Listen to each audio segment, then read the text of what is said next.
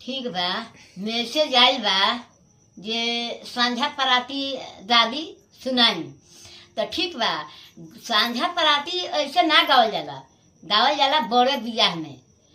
तो ई हो गई जे सांझा गा के सुना दे। ठीक बा, वैसे हमारा कोनो बात नहीं थे, लेकिन अपन पूर्वज के नाम ओमे रख लिया लोग, बेटा होके चाहे बेटी होके चाहे पतो होके। ठीक बा, हम सांझा गा के सुना देते अपन पूर्वज के नाम मिला के अपन गई हलवा। ठीक, सांझा पराती ऐसे ना होला, कस के गते गते होला। लोटा में पानी धो के पूर्वज के नाम धराला, 3 पुहूत 4 पुहूत।